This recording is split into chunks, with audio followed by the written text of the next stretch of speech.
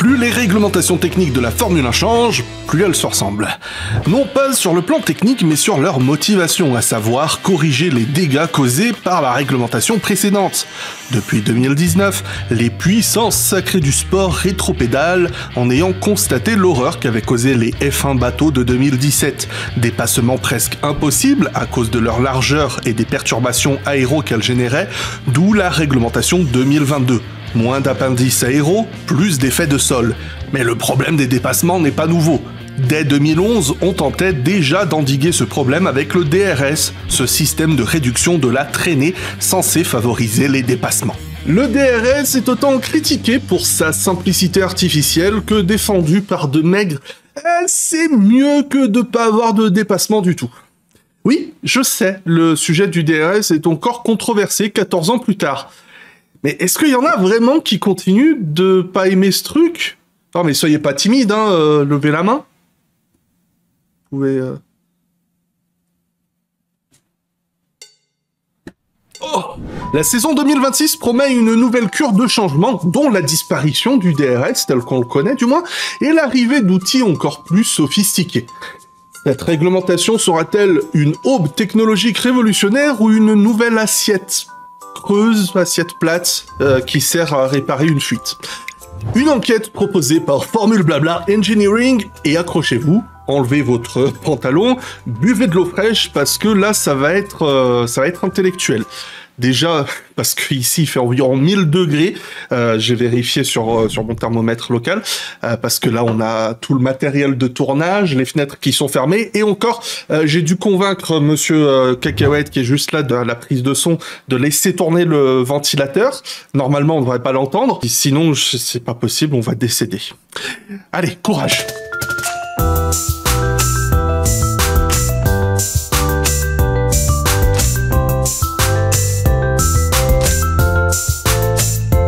En 2026, le mécanisme du DRS disparaîtra, mais son concept évoluera en deux systèmes distincts.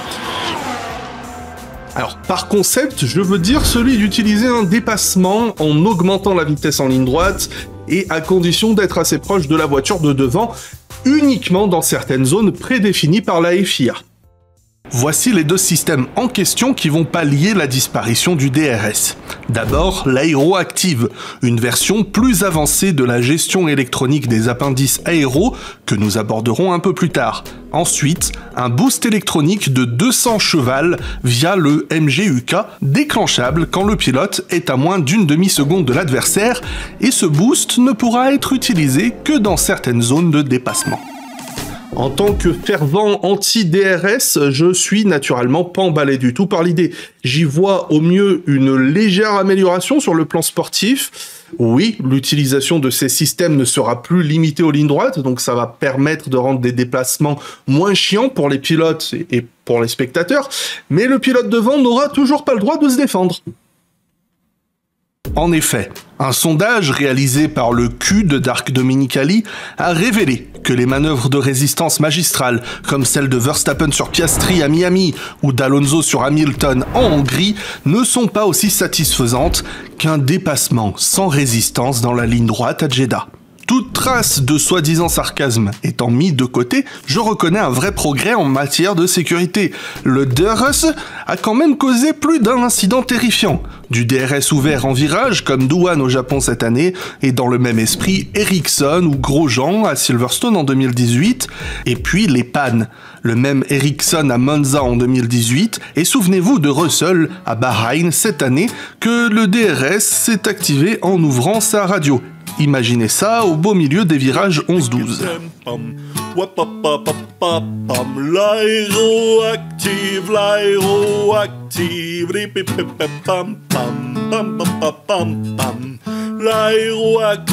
l'aéroactive. Parlons de l'aérodynamique active. Le gadget qui faisait tant frétiller les promoteurs lors de sa présentation et dont on n'entend plus parler depuis les premiers retours des constructeurs. Je conclus rien, j'énonce juste des faits. L'aéroactive agira sur l'aileron avant et l'aileron arrière. Et comme on l'a dit, elle ne se limitera pas aux lignes droites. On pourra aussi l'activer en virage.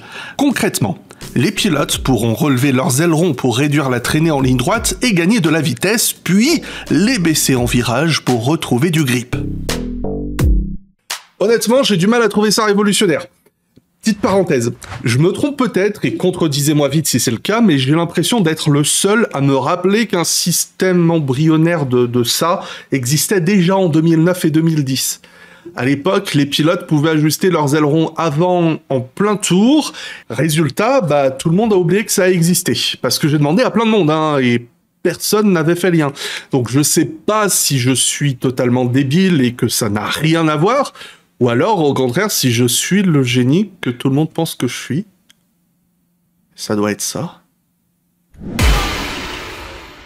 Malgré tout, je comprends. Il y a un enthousiasme que ce concept peut susciter. Vraiment. À moins qu'il y en a qui s'en foutent. Non mais levez la main. Oh.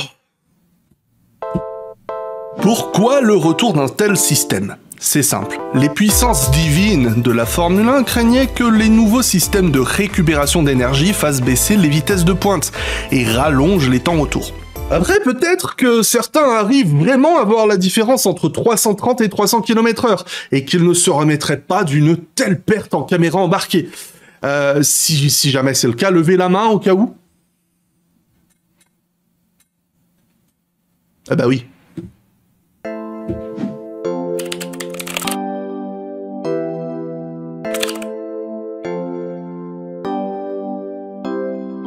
Depuis 2014, on parle plus de moteur en Formule 1, mais d'unité de puissance, le fameux Power Unit turbo hybride, qui est composé en deux parties. Un moteur thermique à combustion interne, le ICE, et une partie électrique composée de plusieurs éléments, dont deux qui nous intéressent particulièrement aujourd'hui, le MGUK qui récupère l'énergie cinétique au freinage et le MGUH qui récupère l'énergie thermique des gaz d'échappement pour alimenter la partie électrique ou maintenir le turbo en rotation. La complexité de ces systèmes a creusé, pendant des années, un énorme écart de performance entre les équipes, vidé la grille de motoristes comme rarement dans l'histoire de la F1. En cause, le MGUH, extrêmement coûteux à concevoir, difficile à fiabiliser et quasiment inutile pour les voitures de série, ce qui décourageait de nouveaux constructeurs à se lancer dans son développement. Enfin, même si les années 70 gagnent le duel du moins de motoristes engagés sur la grille de départ. Il n'y avait que des Ford. En réponse à cela, la réglementation de 2026 supprime le MGUH, et cette simplification permet en plus de réduire les coûts de développement et le temps d'apprentissage pour les nouveaux arrivants. Une décision pleine de sagesse qui a convaincu Honda de rester et qui a poussé Audi et General Motors à venir. La disparition de Renault, en revanche, ça n'a rien à voir. Pour rappel, le turbo sert à augmenter la puissance du moteur en utilisant les gaz d'échappement. Mais il a besoin de temps pour se recharger et ça crée une latence qu'on appelle le turbolag. En clair, t'appuies sur l'accélérateur et la puissance, elle met une demi-seconde à peu près à arriver. Le MGUH, c'était une sorte de petite réserve d'énergie qui servait à maintenir le turbo en rotation et éviter cette latence. Un système qui, dans l'idée, était profondément ingénieux. Maintenant, reste à voir si les motoristes vont trouver un moyen aussi efficace de compenser ce turbolag ou si on va revenir à des latences plus molles en sortie de virage comme on le voyait dans les années 80.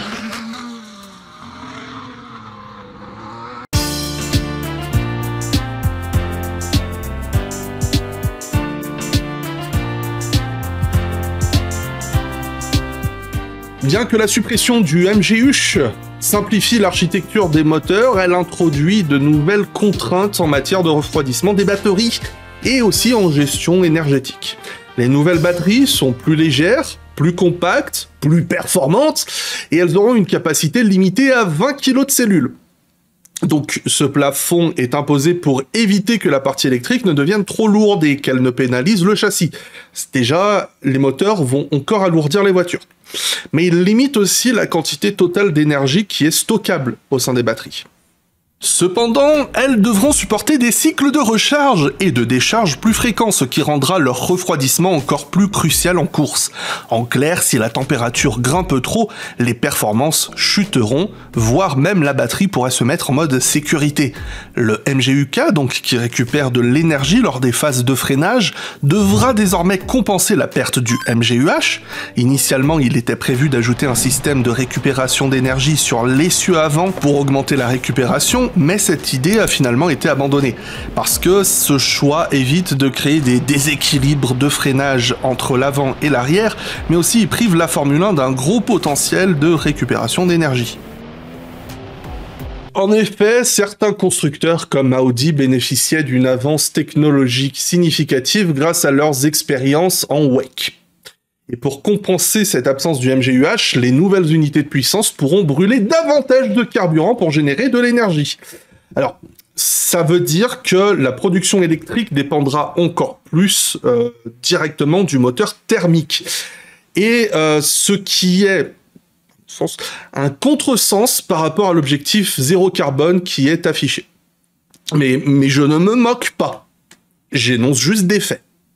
Le ratio de puissance entre le moteur thermique et électrique va passer de 80 contre 20 à 50-50, ce qui signifie que la partie électrique délivrant 120 kW devra désormais fournir 350 kW, c'est quasiment le triple, et ça va transformer la façon dont les pilotes gèrent l'accélération et l'énergie sur un tour.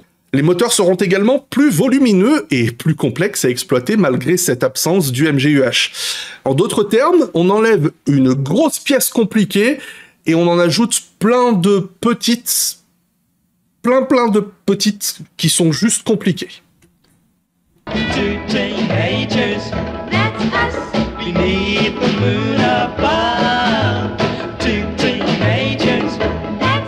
Alors, avec les problèmes de fiabilité déjà évoqués, je reste toujours surpris que la catégorie reine du sport automobile ne comprenne pas que plus on ajoute d'éléments complexes dans une machine, plus on augmente le risque de panne. Surtout que là, ça touche directement à la sécurité. Enfin, pas toujours, mais ça peut le concerner. Mais bref, passons, parce qu'on pourra dire que je pinaille. Par contre, il y a un point que je n'entends personne soulever, au point où, encore une fois, j'ai peur de passer pour un énorme débile en le disant. Mais bon, vous me connaissez, moi je suis là pour dire ce que je pense, pas pour qu'on m'aime. Et c'est d'ailleurs pour ça que personne ne m'aime.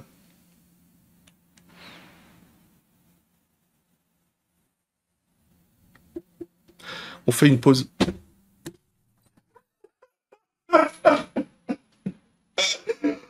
Avec l'aéroactive, les F1 vont réduire leur traînée en pleine ligne droite pour gagner de la vitesse. La traînée, ce n'est pas cette créature de petite vertu qui te fait des clins d'œil aguicheurs au rond-point, non, c'est la résistance de l'air qui freine la voiture à haute vitesse. Plus tes ailerons seront relevés, plus cette résistance augmente et plus tu perds de vitesse. Mais en même temps, ta voiture sert de barrière contre le vent à la voiture de derrière et lui permet de gagner de la vitesse. Et c'est ce phénomène qui est à la base de l'aspiration, une des rares armes naturelles pour dépasser en Formule 1 sans gadget artificiel. C'est pour ça que l'aspiration marche mieux au Mexique où on a beaucoup d'ailerons qu'à Monza où on en met le moins possible. Et là, vous allez me dire que c'est pour ça que le boost du MGU-K entre en jeu. Ouais, mais... Est-ce que ce serait pas plus simple de réduire la traînée en ligne droite et de virer le boost? Bon, ok, j'exagère un peu pour la blague, mais... Parce que c'est un peu plus complexe que ça en réalité, parce que, voilà, on veut vraiment être sûr qu'il y a des dépassements, mais t'as compris l'idée de ma réflexion, si on peut appeler ça une réflexion. À titre personnel, je ne serais pas surpris que la complexité technique accrue suite à la perte du MGU-H entraîne une augmentation des pannes mécaniques, comme ça avait été le cas lors de l'introduction des Power Units hybrides en 2014. Le doute persiste également concernant les performances. Max Verstappen avait déclaré qu'au simulateur, sur la ligne droite de Monza, il allait plus vite en 7e vitesse qu'en 8e en raison de la phase de récupération d'énergie. Si c'est vrai, ça veut dire que la gestion électrique pourrait brider la vitesse de pointe dans certaines conditions, ce qui, sur le papier, de mon propre avis, et vraiment, c'est uniquement mon avis, est de la grosse merde. It looks like it's gonna be an ice competition, like so whoever has the strongest engine will have a big benefit, but I don't think that should be the intention of Formula One, because then you will start a massive development war again, and it will become quite expensive to find probably a few horsepower here and there. I think it actually should be the opposite. Plus, the cars probably have a lot less drag, so it will be even harder to overtake on the straight. And then I think, yeah, you have the active aerodynamics, which you can't control. The system will control it for you, which then I think makes it very awkward to drive, because I prefer to control it myself. Plus, the weight is going up again. So, yeah, we have to seriously look at this, because, I mean, the 26 is not that far away. And at the moment, to me, it looks very bad from all the numbers and what I see from the data already. So it's not something I'm very excited about at the moment. Bon, après, reste à savoir si c'est un problème réel ou juste une intox politique ou alors juste de l'incompétence des ingénieurs Red Bull. Mais bref, si le monde de la Formule 1 nous a habitués à créer l'impossible, les dernières spéculations sont loin d'être rassurantes. J'aurais préféré qu'il en soit autrement pour enfin perdre ma réputation de vieux grincheux réfractaire. Mais pourtant, sachez que j'étais sincèrement enthousiaste jadis à l'idée de l'introduction de la réglementation 2022, parce que déjà pour moi c'était ce qu'il fallait, l'effet de sol, pour dégager les problèmes des perturbations aérodynamiques, et parce que je la trouve encore pertinente. Oui, il y a des perturbations aérodynamiques, enfin du dirt air, c'est plus du dirt air qu'on parle que de perturbations aérodynamiques. Et mais sincèrement, il y en aura toujours. C'est de la course automobile. Déjà dans les années 60, il y en avait du dirty air, il y en aura toujours. Donc forcément, plus les voitures sont grosses, ben plus il y en aura. C'est pas en essayant de changer ci ou ça que ça va corriger quoi que ce soit. Mais bref, à mes yeux, il n'y avait pas de raison de changer cette réglementation. Et c'est sur cette envolée profondément agacée et pas contente que je vais terminer cette émission. Bisous. Mais après, tu peux toujours faire les trucs de pouce bleu. Maintenant, je crois que c'est sur téléphone, t'as des trucs de boost, je sais pas quoi, bref. Je m'en fous, je fais pas ça pour les vues, je fais ça pour les thunes. À bientôt. C'est une nouvelle ère, une nouvelle ère. C'est une nouvelle ère, une nouvelle ère. Lick-it-tick-it-tim-pam.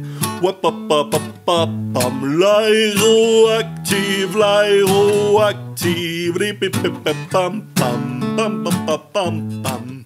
L'aéroactive, l'aéroactive.